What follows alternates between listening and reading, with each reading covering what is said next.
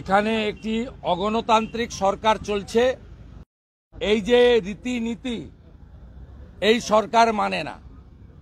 সংখ্যায় আমরা অনেক কম, মুসলিম লীগকেও হার মানাবে বলে আমার মনে হয়। যা যা সুদখোর মোল্লা ইউনুস বাংলাদেশে করছে, একইভাবে এখানে মমতা ব্যানার্জি এবং তার দল সেই কাজ করছে। আমরা বিজনেস অ্যান্ড রুলস অনুযায়ী অ্যাডজর্নমেন্ট মোশন এনেছিলেন আমাদের মহিলা সদস্যরা। আজকে সোমবার পুলিশ মন্ত্রীর ডে, হোম ডিপার্টমেন্টের ডে, একটা কোশ্চেন অ্যান্সার নেয় না। গত 4.5 বছরের অধিক, মে মাসে 5 বছর হবে, 4 বছর হবে, একদিনও পুলিশ মন্ত্রী তথা স্বরাষ্ট্রমন্ত্রীকে, আগে বৃহস্পতিবার ছিল আসেননি, এখন সোমবার, আজকে আসেননি। যেখানে আমরা অতিরিক্ত প্রশ্ন, যেখানে আমরা কলিং অ্যাটেনশন দিয়ে মুখ্যমন্ত্রী মহোদয় তথা পুলিশ মন্ত্রী মহোদয়ের কাছ থেকে জানতে চাইতাম যে কেন আলামিন মণ্ডল, হরিণঘাটার নগর উখড়া তৃণমূলের বুথ সভাপতি, তার ছবি ভিডিও দেখা গেছে হেডমাস্টার মশাইকে ধমকাতে, গ্রেপ্তার হয়নি কেন? সাবির আলী, আপনি যে কলেজে ল পড়েছেন বলে দাবি করেন, তিনি গ্রেপ্তার হননি কেন?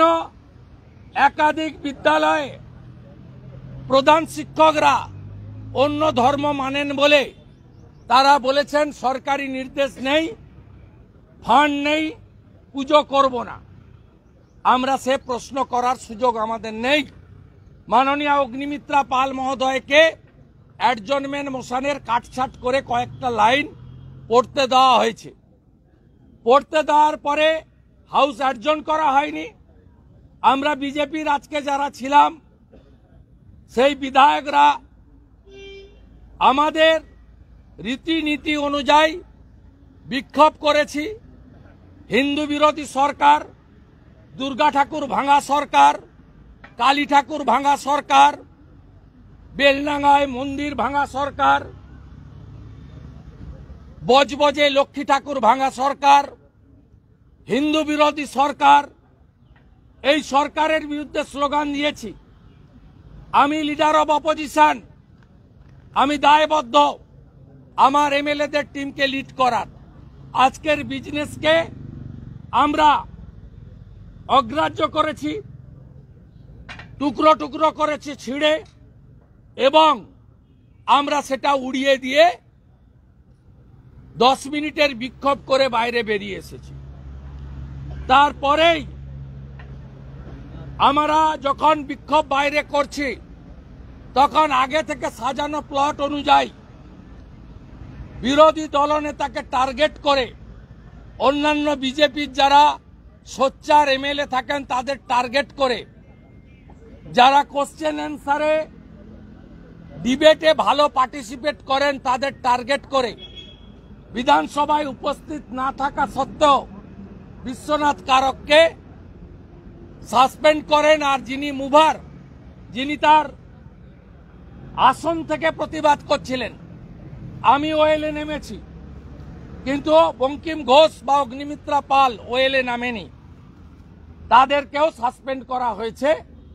এটা বিরোধী দলনেতা সহ বিজেপি এমএলএদের চতুর্থ সাসপেনশন। প্রথম 2022-এ 5 মাস, তারপরে আবার 1 মাস, তারপরে আবার 2 মাস, মোট 8 মাস হাউসের বাইরে রেখেছে লিডার অব অপোজিশন এবং একমাত্র বিরোধী দল। House belongs to opposition. এবারেও কালকে মুখ্যমন্ত্রী যেহেতু রাজ্যপালের ভাষণের উপর বক্তৃতায় বক্তব্য রাখবেন, তাই বিরোধী দলনেতা সহ বিজেপির অন্য 3 এমএলএকে বাইরে রাখা হলো, যাতে মুখ্যমন্ত্রী নির্দ্বিধায় কালকে ফাঁকা মাঠে বক্তৃতা করতে পারেন।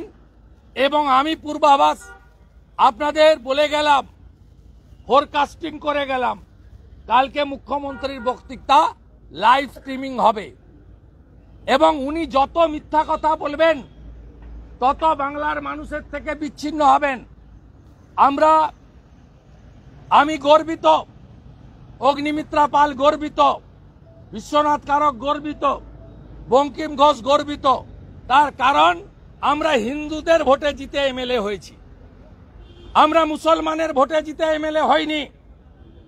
আমরা বিজেপির এমএলএ এমপিরা হিন্দু এবং জনজাতিদের ভোটে জেতা এমএলএ। হিন্দুদের জন্য বলতে গিয়ে আমাকে 1 মাস বাইরে রেখেছে। সরস্বতী পুজো তার বাধাদানের বিরুদ্ধে বলতে গিয়ে আমাকে বাইরে রেখেছে। আমি গর্বিত, আমি হিন্দুর ছেলে, আমি সনাতনী, আমি হিন্দুস্তানে থাকি।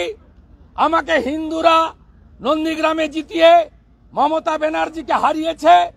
আমি আজকে গর্বিত যে হিন্দুদের জন্য, মা সরস্বতীর জন্য, বাগদেবীর জন্য, শ্বেত শুভ্র দেবীর জন্য শ্রী পঞ্চমী পালনে শিক্ষা প্রতিষ্ঠানে সাবির আলী আল আমিন মন্ডলদের বাধা দানের জন্য আমাকে এবং আমার 3 সহকর্মীকে 1 মাস বিধানসভার বাইরে রেখেছে। একটা বিষয় যে চুক্তিভিত্তিক কর্মচারী রয়েছে তারা দীর্ঘদিন ধরে প্রশ্নের তো উত্তর দিতে পারেনি। ফুটা সরকার এই বাজেটেও বলেছে 1 লক্ষ কোটি টাকা ঋণ নেব। এই বাজেটেও বলেছে, গতবারে 91,000 কোটি টাকা ঋণ নিয়েছে। 7 লক্ষ কোটি টাকা ঋণ হবে যখন বিদায় নেবে 2026-এ।